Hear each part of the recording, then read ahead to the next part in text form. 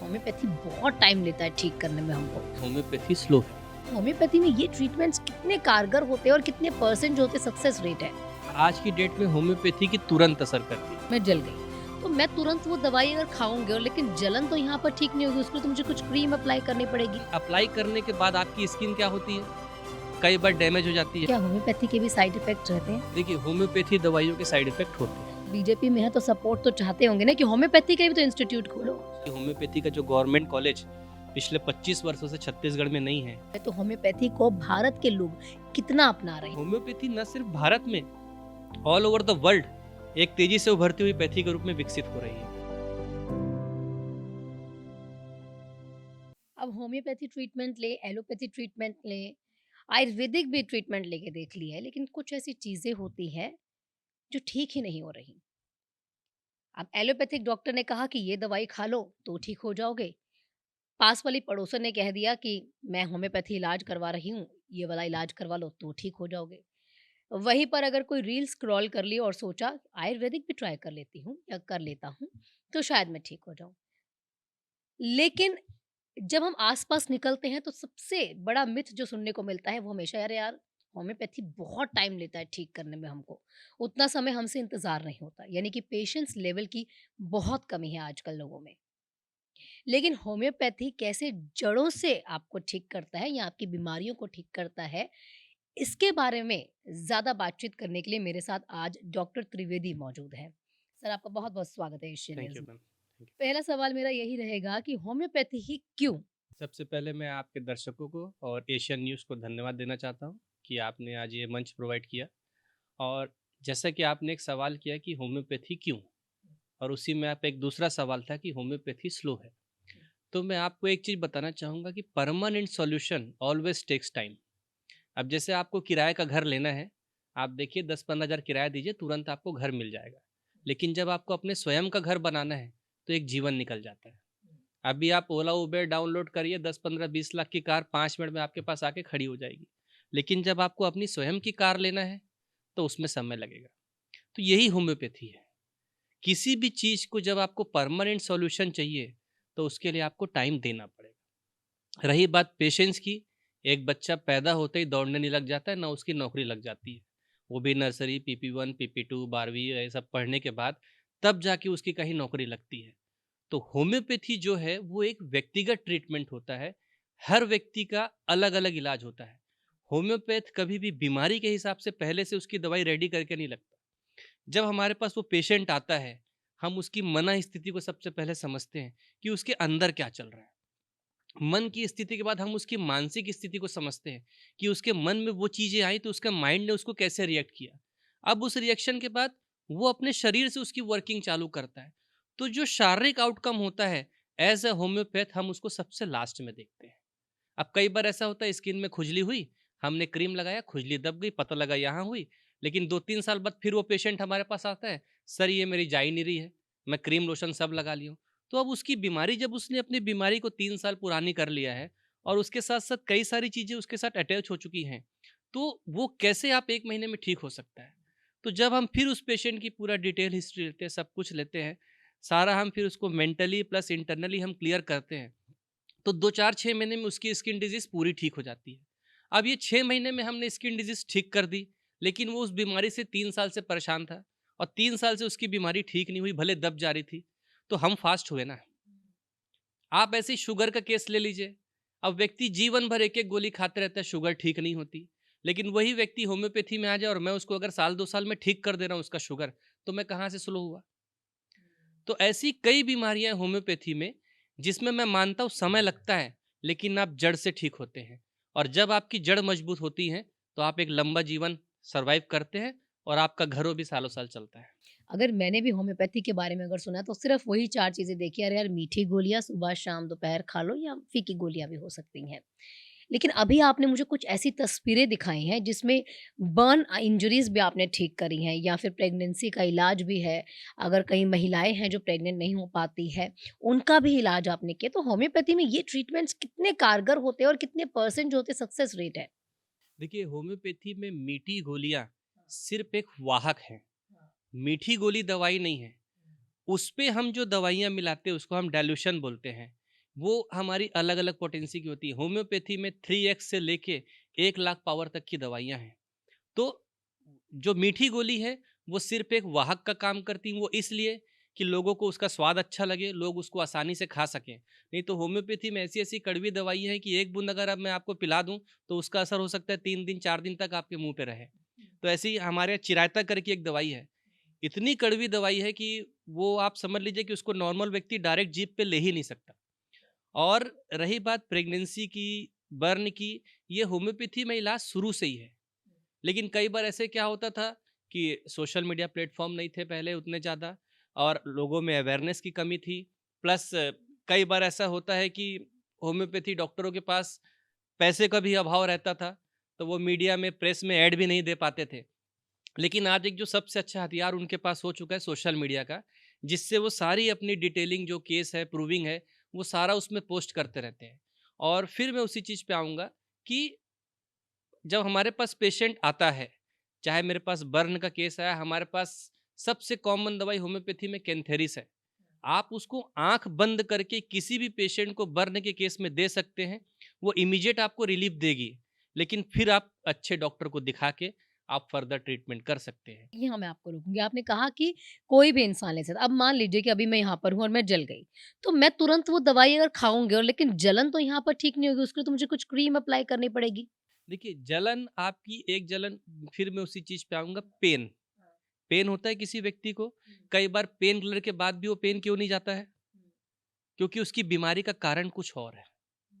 तो जब आप इंटरनल हमारी दवाइयाँ जाती हैं, ब्लड सर्कुलेशन, ब्लड वेसल सब वो बराबर कर देती है, तो हीट अपने आप जाती है वो। अप्लाई करना ठीक है, आपको करना पड़ता है, अप्लाई भी करना पड़ता है, हम भी नारियल तेल लगाने के लिए देते हैं। हमारे पास भी मदर टिंचर है, हम उसको भी यूज़ करने देते हैं। लेकिन अप्लाई करने के बाद आपकी स्किन क्या होती है? कई बार डैमेज हो जाती है। कई बार हम डायरेक्ट ठंडा पानी डाल देते हैं, कई बार हम टूथपेस्ट डाल देते हैं, कई बार कई लोग आटा भी लगा देते हैं, कई बार घी भी लगा देते हैं। ठीक, ये आपको सुपरफिशियली थोड़ी देर के लिए तो मैनेज करेगा, लेकिन इंटरनल आपको सही होने के लिए तो मेडिसिन की आवश्यकता पड़ेगी। जैसे आपने भी बताया कि हम लोग भी स्किन पर पहले कुछ अप्लाई करने के लिए देते हैं, लेकिन जब दवा दी आपने खाई, तो वो दवा कितने दिनों में असर करती है? देखिए, दवा आज की डेट में होम्योपैथी की तुरंत असर करती है। अगर सही चुनी हुई दवाइयाँ आपने दी, देखिए मैंने अभी आपको क्या बोला, कैंथेरिस कॉमन दवाइयाँ हैं, वो आपको राहत देगी, ठीक नहीं करेगी।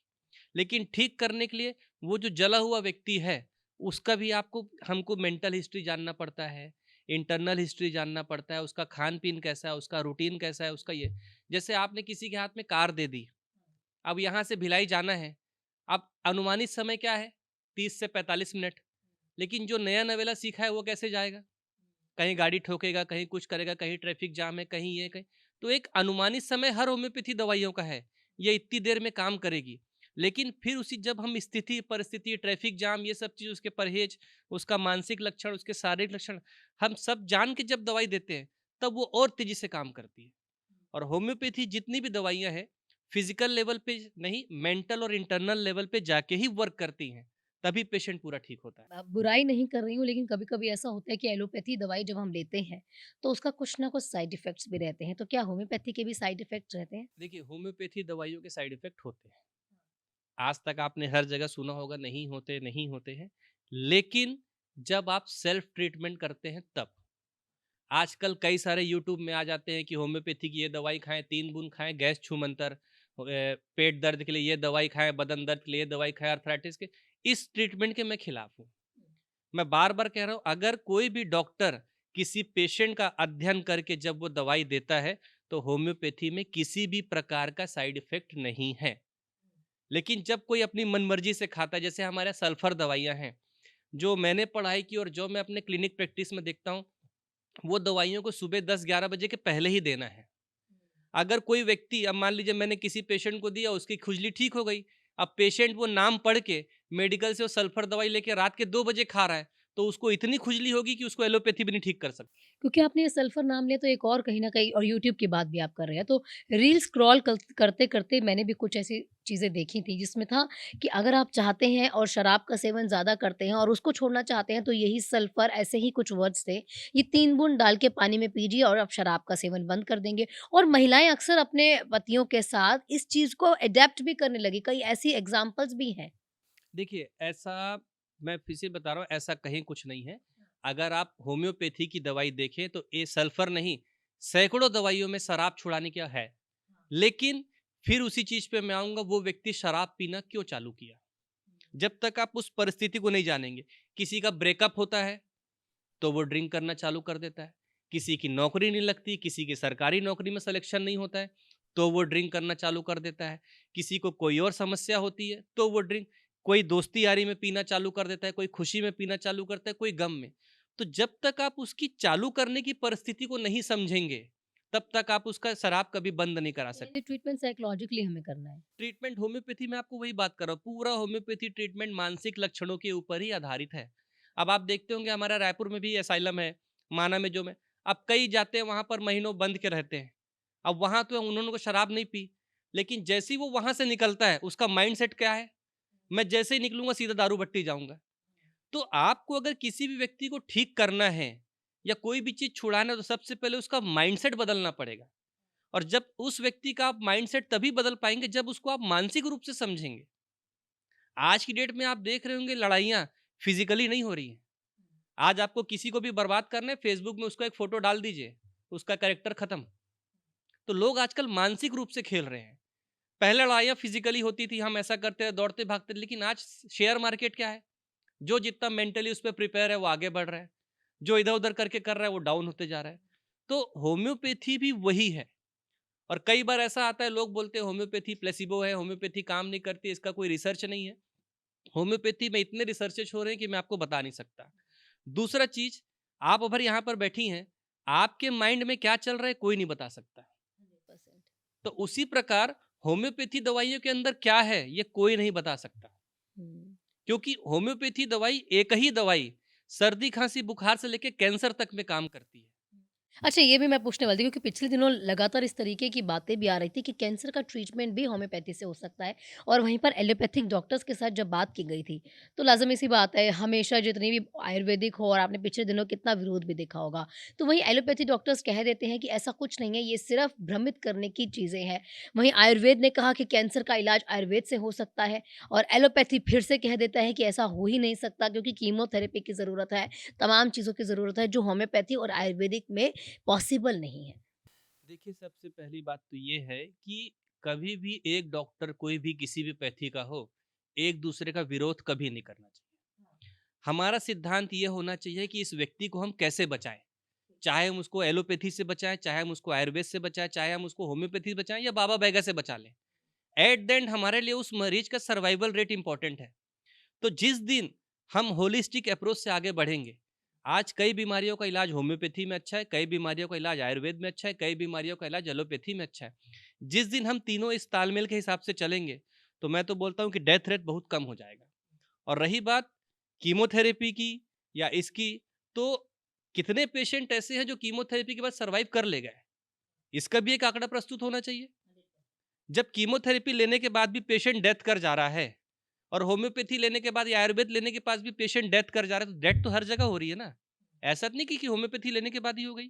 लेकिन अब आप सर्वाइवल रेट भी देखिए, कोई व्यक्ति ऐसा है जो कीमो लेने के बाद ठीक नहीं हुआ, लेकिन मेरे पास होम्योपैथी से वो ठीक हुआ है, मेरे पास रिकॉर्ड है। कई पेशेंट आज आयुर्वेद के आप देखिए कितने भीड़ लगी हुई है, लोग जा रहे हैं इलाज करा रहे हैं। तो मेडिसिन क्या है, आपका एक लेवल तक आपको बीमारी से बचाती है, लेकिन आपको जीना होम्योपैथ और आयुर्वेद सिखाते हैं। और जिस व्यक्ति ने जीना सीख गया, वो बीमारी से अपने आप लड़ लेता है। कहीं पर अगर ये मिथ रहती है कि भई कैंसर का इलाज होम्योपैथी में नहीं है, तो ऐसा नहीं है। वहीं आप इनफर्टिलिटी की भी बात कर रहे थे। आपने कहा कि अगर कोई महिलाएँ हैं, जो लंबे समय से माँ बनने की ख्वाहिश रखती हैं, लेकिन किसी न किसी कारणवश उनकी गोद अगर सूनी है, तो होम्योपैथी इलाज करवा के देखिए, तो वो भी पॉसिबिलिटीज़ हैं। देखिए, निश्चित रूप से होम्योपैथी में इनफर्टिलिटी का बहुत अच्छा ट्रीटमेंट है। आज हम जाते हैं, डॉक्टर सीधा बोल देते हैं आईवीएफ कर लेते हैं, लेकिन उस महिला की मानसिक स्थिति को कौन समझता है कि उसको प्रेगनेंसी क्यों नहीं हो रही है। आज एक महिला है, शादी के पहले उसका पूरा अलग जीवन होता है, शादी के बाद उसका पूरा जीवन बदल जाता है। फिर अब उसको अगर 6 महीने में साल भर में प्रेगनेंसी नहीं हुई, तो एक पुरुष वर्ग को कोई कुछ नहीं बोलता है, लेकिन वो महिला कितने ताने सुनती है। तो अब वो चीज उसकी मेंटालिटी में क्या हो रही है, पूरी भरते जा रही है, भरते जा रही, भरते जा रही। मेरे पास ऐसे कई केसेस हैं। मेरे पास एक महिला आई थी, जब उसका मैंने केस हिस्ट्री लिया, कुछ नहीं लिया, तो बोली सर समस्या मेरे अंदर नहीं है, मेरे हस्बैंड के अंदर है और सारा इलाज मेरा करा रहे हैं। हाँ, ऐसा मतलब बहुत जगह पे ऐसा है भी। फिर मैंने उन दोनों को बुलाया, दोनों को काउंसिल की, परस्पर संवाद किया, सब कुछ किया। मैंने वाइफ का भी ट्रीटमेंट स्टार्ट किया, हस्बैंड का भी ट्रीटमेंट स्टार्ट किया और विदिन 1 महीना, 1 साल, 2 महीने के अंदर उनको बढ़िया बच्चा हुआ, जो 8 साल से बच्चा नहीं हुआ था उनको। तो ऐसे कई सारे केसेस होते हैं, जो मैं आपको बार-बार उसी चीज़ पे बोलूँगा, अब जिस महिला का बच्चा भी हो जाता है, ठीक? अब वो सुबह 5 बजे उठती है, बच्चे का टिफ़िन बनाती है, फिर घर का खाना बनाती है, फिर रात के 2 ढाई बजे सोती है। दिन भर वो पूरा चक्री टाइप चलते रहती है। तो उस महिला की मानसिक स्थिति को किसने समझा? अब वो उसके हस्बैंड के पास भी उससे बात करने का समय नहीं है। अब उसको माइग्रेन हो गया। अब माइग्रेन का हम पेन किलर खा लिए, शारीरिक दर्द तो दूर हो गया, लेकिन फिर उस महिला को किसने समझा? फिर जब वो मेरे पास आती है, हम लोग उससे बात करते समझते हैं। फिर जो समस्या होती है दवाइयों के साथ-साथ, उसके हस्बैंड को भी समझाते हैं कि भाई आप भी इनको थोड़ा समय दीजिए, आप भी इनसे बातचीत करिए, इनको कहीं घुमाने ले जाइए, कहीं यूँ कुछ करिए। तो उसका एक एनवायरनमेंट चेंज होता है। कई बार आप देखते हो कई लोग क्या बोलते हैं, नमी जगह पे रहने से हमको सर्दी-खाँसी ठीक हो जाती है। तो उस जगह पर आपके रहने से सर्दी-खाँसी मैनेज होगी, आप क्योर नहीं होंगे। तो जब तक आप वो नमी वाली जगह को छोड़ेंगे नहीं। तो कई बार हमको दवाइयों के साथ-साथ अपना एटमॉस्फियर, अपना नेचर, अपना बिहेवियर भी चेंज करना पड़ता है, तभी आप ठीक होते हैं। क्या अगर ऐसा कहा जाए कि homeopathic is all about psychologically जो थिंग्स हैं उसको ठीक ठीक करना है और उसके बाद दवाइयों से छोटी-छोटी चीज़ों को क्योर करना है, तो ये गलत नहीं है? बिल्कुल, ये कहीं से भी गलत नहीं है। होम्योपैथी टोटली आपका साइकोलॉजिकली वर्क करती है। आपकी मन स्थिति और मानसिक स्थिति को मजबूत करती है और जितना आप देखिए, मैं आपको अगर एक एग्ज़ाम्पल दूँ, दिल, दिमाग और शरीर से आप बने हुए हैं। कोई भी चीज़ खाने की इच्छा कहाँ से होती है? मन से। अभी मैं आपको गाली दे दूँ या किसी व्यक्ति को गाली दे दूँ, उसका मन दुःख जाएगा।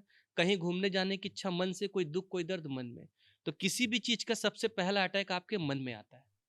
अब मन में जो चीज़ आता है उसको सोचता कौन है? दिमाग। अब मेरे को समोसा खाने की इच्छा है, अब समोसा कहाँ मिलेगा? ये दिमाग बताएगा। अब दिमाग बोलेगा उस होटल का। तो वहाँ जाके खाते हुए कौन दिखेगा? शरीर। ठीक? अब आपने उसको देखा, अरे वो तू कितने मज़े से समोसा खा रहा है। लेकिन उस समोसा खाने में उस व्यक्ति को कितना दिक्कत हुई?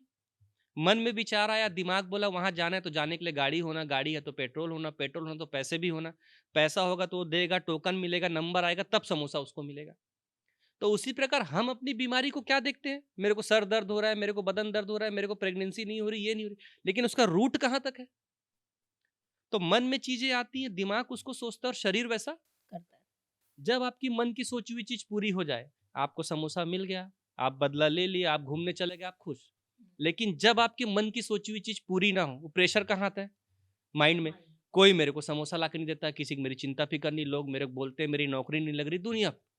और जब भी आपका मेंटल स्ट्रेस बढ़ेगा और मेंटल स्ट्रेस बढ़ने के कारण तनाव, टेंशन, गुस्सा, चिड़चिड़ापन, रूटीन का डिस्टर्ब होना, नींद पूरा ना होना, अत्यधिक सोचना, तो जो भी आपके शरीर का सबसे कमजोर अंग होगा या शरीर के जिस भी अंग का उपयोग आप ज्यादा करते हैं या जो बीमारी आपके खानदान फैमिली हिस्ट्री में मेंटल प्रेशर से वो ट्रिगर होगी, अब ये चीजें रिपोर्ट्स में दिखेंगी। पिताजी को या दादा को कोई कैंसर की बीमारी थी तो वो जेनेटिकली चलती आ रही, तो ऐसा होता नहीं है कि वो जेनेटिकली चल रही है, वो समहाउ आप मेंटली उस तरीके से रह रहे हो तभी जाके आगे से आगे पीढ़ी दर तभी पीढ़ी जाके होगा। मिलती है।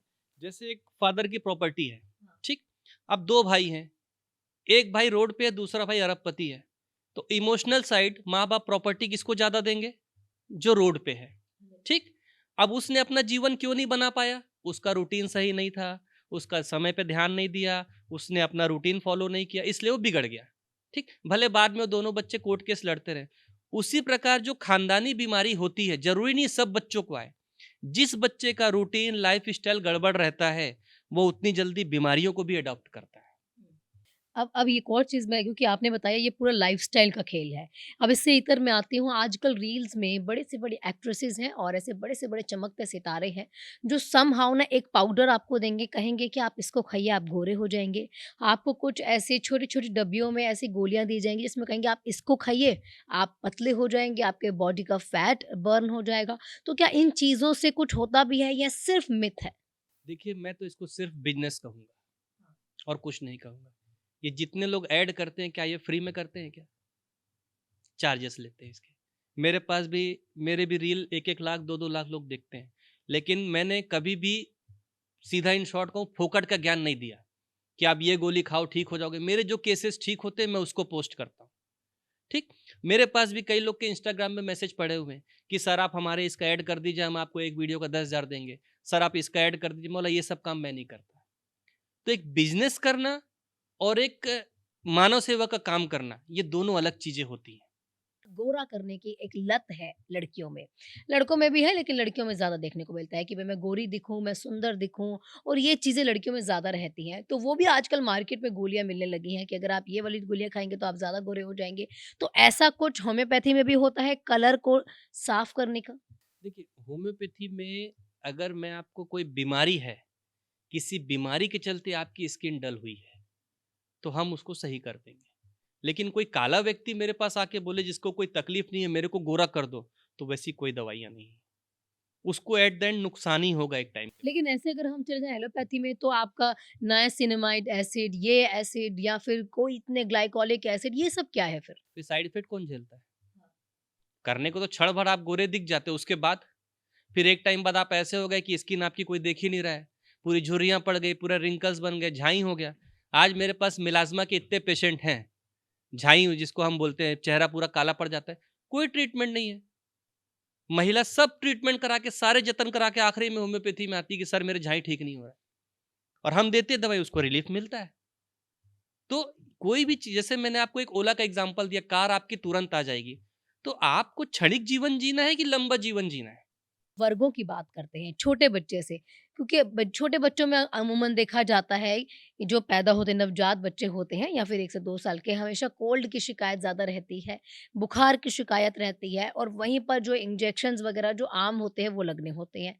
तो क्या वो अगर हम इंजेक्शंस ना लें और सीधा होम्योपैथी से बच्चे का इलाज करवाना शुरू कर दें तो क्या सच में उसकी ज़रूरत नहीं पड़ती? देखिए, मेरे पास तो एक बच्ची मुझे आज भी याद है, आज वो लगभग 12 साल की हो चुकी है और जब वो पैदा हुई थी, सबसे पहला डोज़ मैंने होम्योपैथी का दिया था और किसी को भी पूछना हो, आप इंटरव्यू भी कर सकते हैं, आज तक उसने एक भी एलोपैथी दवाई नहीं खाई है। 12 साल की उसकी उम्र हो चुकी है। मेरे खुद की 2 बेटियाँ हैं, मेरे परिवार में 8 बच्चे हैं, भैया-भाभी सबके मिला के, सारे नॉर्मल डिलीवरी हैं। हमने एक भी एलोपैथी दवाई नहीं खाई। मेरे भी जितने पेशेंट आते हैं, कंसीव करते हैं, लेडी डॉक्टर का पूरा परामर्श होता है। मैं बोलता हूँ आप जाओ ठीक, दवाइयाँ मेरी चलती हैं और आप विश्वास नहीं करेंगे उसमें से 95% तो नॉर्मल होते हैं डिलीवरी। और एक मज़ाक की बात है, मतलब 98% लड़के हुए हैं मैंने जिनको प्रेगनेंसी की दवाई दिया है। इसका कोई ऐसा नहीं है कि ल मैं लड़ लेकिन कई लोग क्या बोलते हैं डॉक्टर त्रिवेदी के पास लड़का होने का दवाई मिलता है। मतलब ये एक मज़ाक है, ये कोई सीरियस नहीं है। क्या है देखिए ईश्वर की इच्छा, हमारा काम प्रयास करना।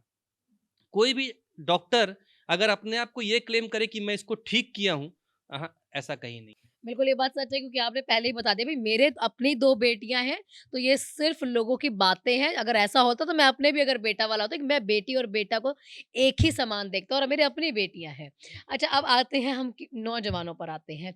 ज़्यादातर उनकी ये टेंशन रहती है कि भई एक तो आपने बता दिया गोरे होने का कुछ नहीं है, हाइट बढ़ाने की प्रॉब्लम भी रहती है। कई लोगों का रहता है कि भई मुझे लंबी हाइट करनी है, उसके लिए कई गोलियाँ खाते हैं, जिम्स जाते हैं, कइयों को बॉडी बनानी होती है तो जिम जाते हैं। हाल ही में आपने देखा है कि बड़ा बॉलीवुड का सितारा था शुक्ला, सिद्धार्थ शुक्ला, वो भी जिम जाया करता था और कोई दिक्कत नहीं थी, पूरा लाइफ़स्टाइल मैनेज था लेकिन उसके बाद जो है फिटेड बॉडी थी और उसके बावजूद डेथ हो जाती है, हार्ट अटैक के रेट आजकल बढ़ रहे हैं, तो उसके लिए क्या कुछ है? देखिए लाइफ़स्टाइल मैनेज क्या, जिम का टाइमिंग क्या? लोग रात के 12 बजे जिम कर रहे हैं, शाम के 7 बजे जिम कर रहे हैं। योगा एक्सरसाइज़ हम स्कूल में भी थे, पीटी कब करते थे? प्रेयर के समय, मॉर्निंग में। तो जिमिंग, योगा, एक्सरसाइज़ आपके सुबह का समय है। अब आप सुबह जब आप सो के उठते हैं, आपकी बॉडी क्या रहती है? सिकुड़ी रहती है। तो आपको नसों को खोलने के लिए होती है वो एक्सरसाइज़। अब दिन भर आप ऑफ़िस के बाद थक-हार के जा रहे हो शाम को जिमिंग और ऊपर से वहाँ पर जो नाना प्रकार की चीज़ें लेते हैं, तो आपकी बॉडी ऑलरेडी थक रही है। अब आप उसको ज़बरदस्ती और क्या कर रहे हो? इसीलिए हार्ट अटैक हो रहा है लोगों को, जो मेरा अनुभव है। हो सकता है मैं गलत भी हूँ। अच्छा हाँ, ये भी तो एक वजह बताई जा रही है ना कि कोविड में ये वैक्सीन लगवा ली, यही वजह है कि अब हार्ट अटैक हो रहा है। अब कोविड में ऐसा हुआ कि मैंने भई उस समय पर ये दोनों तीनों वैक्सीन लगा तब भी ऐसा हुआ, लेकिन वहीं पर सरकार कहती है कि इसके कोई साइड इफ़ेक्ट नहीं है।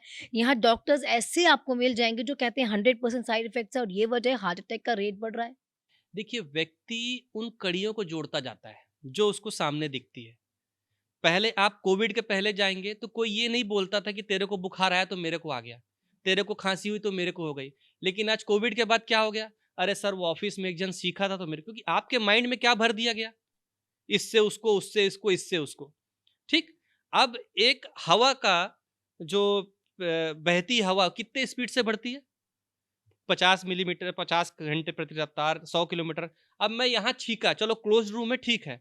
अब मैं बाहर छींक रहा हूँ, तो वो मेरा छींक वहाँ थोड़ी गिरेगा, वो तो कहाँ चला गया? तो जब मेरी छींक उड़ गई, तो बाजू वाला कैसे प्रभावित हो गया? पहला सवाल ये। दूसरा, जो मैं अपने मरीजों को समझाता हूँ, अब आप नया रायपुर गए 5 लोग, अब लू लग गई। एक व्यक्ति को लगी, क्यों? उसकी इम्यूनिटी उन सब में कमज़ोर थी, वो सबसे पहले बीमार पड़ गया। अब दूसरे को 3 दिन बाद हुआ, उसकी थोड़ी इम्यूनिटी स्ट्रॉन्ग थी। तीसरे को 7 दिन बाद हुआ, चौथे, 5वें को कुछ क्यों नहीं हुआ? तो सारा गणित आपका इम्यून सिस्टम का है। आज एक जो व्यक्ति नाली सफाई करता है, वो अपने बच्चे को क्या ट्रेंड करता है? तेरे को नाली साफ करना है। हम अपने बच्चे को क्या ट्रेंड करते हैं? बेटा तू नाली के पास खड़ा होगा तो बीमार हो जाएगा। कोविड में भी कई लोग नाली सफाई कर रहे थे, क्यों नहीं हुआ उनको कोरोना? तो कोविड था, मैं मना नहीं करता, 5 से 10%, 90% लोग मानसिक रूप से मरे हैं, प्रताड़ित होके मरे हैं। इतना आप जिधर देखो कोरोना, न्यूज़ देखो तो कोरोना, मोबाइल फ़ोन लगाओ तो कोरोना, पेपर पढ़ो तो कोरोना। आदमी उससे निकल ही नहीं पा रहा है। एक जगह 10,000 लोग रह रहे हैं, 2 मर गए तो हाहाकार मच गया। लेकिन 9,998 बचे, ये किसी ने नहीं दिखाया कि कोरोना से 9,000 लोग बच गए। सब जगह खाली यही न्यूज़ थी, कोरोना से 10 लोग मर गए, कोरोना से 15 लोग बच गए, तो आदमी उस माइंडसेट से कैसे निकलेगा? बुजुर्गों में भी ये चीज़ रहती है। क्या होता है कि भई नी सर्जरी हो रही है, ज़्यादा चला नहीं जा रहा, हड्डियों में दिक्कत रह रही है या फिर बुजुर्गों को बैठने-उठने में प्रॉब्लम्स हो रही है। कई बार ऐसी भी समस्याएँ आई हैं कि आपकी उम्र तो ठीक है, लेकिन चूँकि आपका कार्यभार ऐसा है तो आपके हिप रिप्लेसमेंट की तमाम चीज़ें भी हम देखने को तस्वीरें आई जाती है सामने, ऑपरेशंस करवाते हैं। तो क्या उसके लिए भी कुछ चीज़ें होम्योपैथी में अभी है? सर्जरी ट्रीटमेंट नहीं है ये आपने बता दिया, मेंटली हमें उनको फिट करना है, सबसे पहले ये प्राथमिकता रहती है। तो क्या दवाइयों से ये जितनी हड्डियों की प्रॉब्लम है ये भी ठीक हो जाएगी? हमारे प्रधानमंत्री जी भी बुजुर्ग हैं, 75 साल की एज हो गई है, कोई तकलीफ नहीं है जो मैं जानता हूँ। तो आज की डेट में आप एक देखेंगे, 40 साल आपकी उम्र हो गई है, विटामिन खाओ, कैल्शियम खाओ। अरे 40 साल तो आप छोड़ दो, बच्चा पैदा हो रहा है उसको विटामिन डी खिला दे रहे हैं। अब पैदा हुए बच्चे को क्या तकलीफ? अब जिसको हमको दवाइयों से बचाना है, हम उसको क्या कर दे रहे हैं? तो अति किसी भी चीज का नुकसानदेह होता है। विटामिन कम के भी वही लक्षण, ज्यादा हो जाए तो भी वही लक्षण, कैल्शियम कम हो जाए तो भी वही लक्षण। अब जो कई बार ऐसे मैं जो अपने लाइफ में देखा हूँ, क्लिनिक में देखा हूँ, अनावश्यक लोग 45-50 साल से जो विटामिन कैल्शियम चालू किए हैं खाना, उन्हीं को ये तकलीफें ज्यादा हो रही हैं। आपका डॉक्टर होने के बाद, होम्योपैथी डॉक्टर होने के बाद ये आप पॉलिटिक्स में कैसे एंट्री कर रहे हैं? बचपन से एक जज्बा था कि सेवा करने का माध्यम था, और सेवा आप किसी भी फॉर्मेट में कर सकते हैं। आप राजनीति में भी कर सकते हैं, चिकित्सा में भी कर सकते हैं, कई सारे ऐसे विधाएँ हैं जिसमें आप कर सकते हैं। तो कहीं न कहीं एक अनुभव था मेरा, और शुरू से एक जो देश के लिए कुछ करना था, और अगर देश के लिए कुछ करना है तो भारतीय जनता पार्टी से अच्छी कोई पार्टी है नहीं। जो हमें कई सारी चीज़ें हो गया, चाहे राष्ट्रवाद हो गया, क्योंकि हम जब बचपन से थे, चाहे अटल बिहारी वाजपेयी जी को देख-देख के हम आगे बढ़े हैं, सीखे हैं। उसके बाद 2014 से मोदी जी को देख रहे हैं। तो कहीं न कहीं ये जो चीज़ था, एक मन में भाव था कि मैं तो अपने चिकित्सा के माध्यम से लोगों की सेवा कर रहा हूँ, लेकिन कुछ ऐसा अवसर कहीं मिल जाए कि इसका सेवा मैं और अच्छे से कर सकूँ, होम्योपैथी को बहुत अच्छे लेवल पे डेवलप कर सकूँ, होम्योपैथी को आगे ले जा सकूँ, तो राजनीति से अच्छा मंच नहीं हो सकता। ये आपने शुरुआत में कह दिया कि शराब क्यों पी रहे हैं, पहले साइकोलॉजिकली हमें ये टेस्ट करना होगा, ये तमाम चीज़ें जाननी होगी, तभी शराब का सेवन जो है हम कम करवा पाएँगे। आप क्या सोचते हैं गुजरात के मॉडल की तरह या बिहार मॉडल की तरह छत्तीसगढ़ में ऐसा मॉडल नहीं बनना चाहिए, जो शराब को बिल्कुल ख़त्म कराए क्योंकि बहुत ज़्यादा परेशानी नशाखुरानी के कारण भी आती है? देखिए, धीरे-धीरे हर स्टेट का अपना एक माध्यम होता है। उस स्टेट के हिसाब से उसकी रणनीति बनती है, उसका नियम कानून बनते हैं।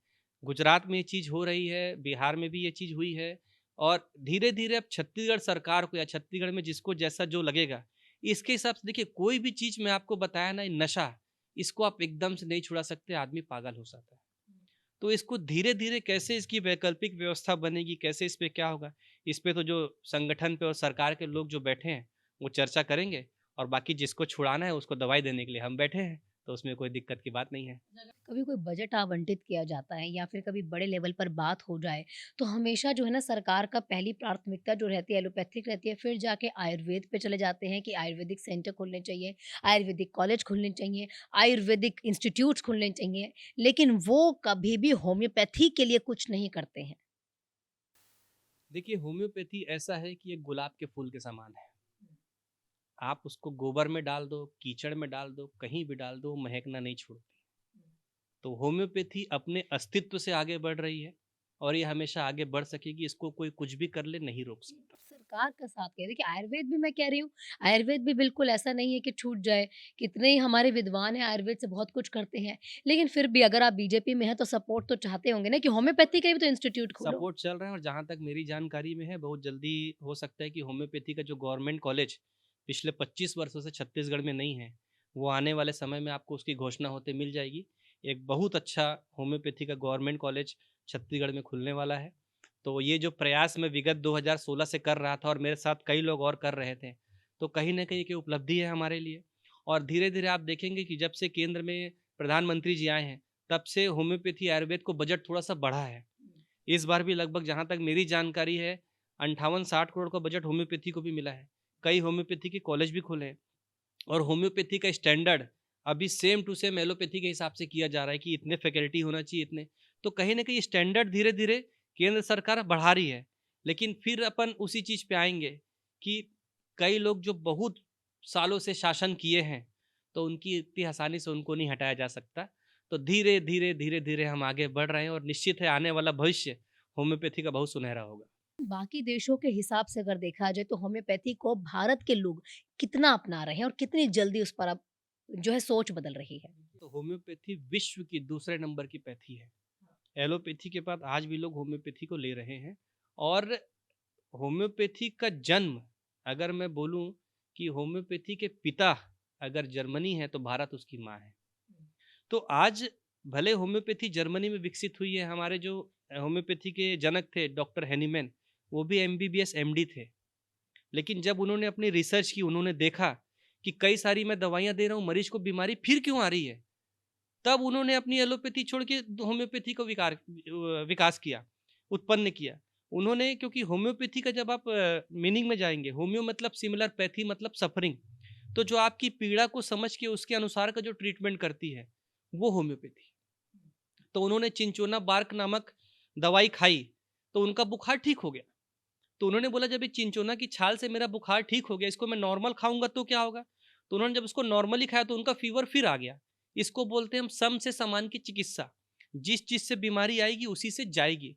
तो इसका इन्होंने मूल मंत्र लेके एक होम्योपैथी को विकसित कर दिया। और आज जर्मनी से निकल के होम्योपैथी पूरे भारतवर्ष में और विदेशों में, आज मैं खुद अमेरिका हो गया, कनाडा हो गया, ऑस्ट्रेलिया हो गया, दुबई हो गया, सिंगापुर हो गया, मैं खुद ऑनलाइन कंसल्ट करके दवाइयाँ भिजवाता हूँ। क्योंकि कई ऐसी जगह हैं जहाँ पर दवाइयाँ विदेशों में आसानी से नहीं मिलती, चाहे वो एलोपैथी हो, चाहे वो होम्योपैथी हो। तो हम यहाँ से कुरियर करते हैं। मेरे पास कई ऐसे पेशेंट हैं जिनका इलाज, तो होम्योपैथी न सिर्फ भारत में, ऑल ओवर द वर्ल्ड एक तेजी से उभरती हुई पैथी के रूप में विकसित हो रही है। इनिशियल स्टेज पर हमने ये बात की है कि कभी भी रील देखी तो ये दवाई खा ली, ये रील देखी तो वो दवाई खा ली। एलोपैथिक में तो अमूमन होता भी है और आयुर्वेद में या फिर घर बैठे जो नुस्खे होते हैं उसको तो लोग ज़्यादा ही अपनाने लग गए हैं कि बेसन घोलो तो हमारी स्किन सुंदर हो जाएगी और उसके अलावा अगर एलोपैथी में चल जाओ तो ये वाली गोली खा लो तो तुरंत बुखार चला जाएगा, वो वाला पाउडर अगर आप दूध में मिला के पी लेंगे तो आप जल्द पतले हो जाएँगे, नहीं पानी में पिएँगे तो पतले हो जाएँगे। लेकिन अब होम्योपैथी में क्या करें? अगर बुखार हो तो कौन-सी गोली घर बैठ के तुरंत आप ले सकते हैं अगर जब तक आप डॉक्टर पर नहीं जा रहे हैं तो, क्योंकि फर्स्ट एड हमेशा हर शख्स के घर में होता है। तो होम्योपैथी का फर्स्ट एड अगर चाहें बुखार का, खाँसी का, जुकाम का, ये आप अपने घर में बनाकर रख लीजिए। अगर रात-ब-रात आपको दिक्कत परेशानी होती है तो ये दवाई ले लीजिए। सबसे कॉमन दवाइयाँ अगर आपको खाँसी होती है, तो उसकी ब्रानिया सबसे कॉमन दवाई है, उसको आप ले सकते हैं। कोई वो ऐज भी है कि इस ऐज कोई के एज क्राइटेरिया नहीं है, आप किसी को भी दे सकते हैं। सिम्पटम्स के हिसाब से उसके पावर वेरी करते हैं, इसीलिए मैं बताया आपको कि होम्योपैथी में आप स्पेसिफिक नहीं बता सकते। कोई बच्चा है तो उसको क्या पावर जाएगा, कोई बुजुर्ग है तो उसको क्या पावर, क्योंकि हमारे यहाँ पावर होता है, तो उसके हिसाब से होती हैं। दूसरा, जैसे आपको फ़ीवर आता है, तो फ़ीवर के केस में हमारे यहाँ बेलाडोना है, आर्सेनिक करके दवाइयाँ हैं, यूपिटोरियम करके दवाइयाँ हैं। आपको अगर चोट लग जाए कहीं भी, तो सबसे बेस्ट दवाई आर्निका है। आप उसको कभी भी आँख बंद करके ले सकते हैं। बर्न के केस में मैंने आपको कैंथेरिस बताया ही, आप कभी भी ले सकते हैं। स्किन का कोई आपको इरप्शन होता है, इचिंग होता है, हमारे पास मर्कसॉल है, हिपरसल्फ है, इस टाइप की दवाइयाँ आप ले सकते हैं। लेकिन फिर मैं उसी चीज़ पे आऊँगा, ऐसा नहीं कि आप हमेशा ही लें। आपने उसको, आपके पास कोई ऑप्शन नहीं है, आप ले लिए, अब आपका 2-4 घंटे आपके पास समय बच गया, आप जाके उसको चिकित्सक को दिखाइए। फिर वो आपको जो बेस्ट सूटेबल दवाई देता है, उसके हिसाब से आप उसको लेके दवाइयाँ दीजिए। होम्योपैथी में किसी भी प्रकार का कोई फिक्स्ड प्रिंसिपल नहीं है कि आप इस दवाई से ठीक हो गए हो, आपका मस्सा इस दवाई से ठीक हो गया, तो अगले का भी मस्सा इस दवाई से नहीं ठीक होगा। ऐसा नहीं।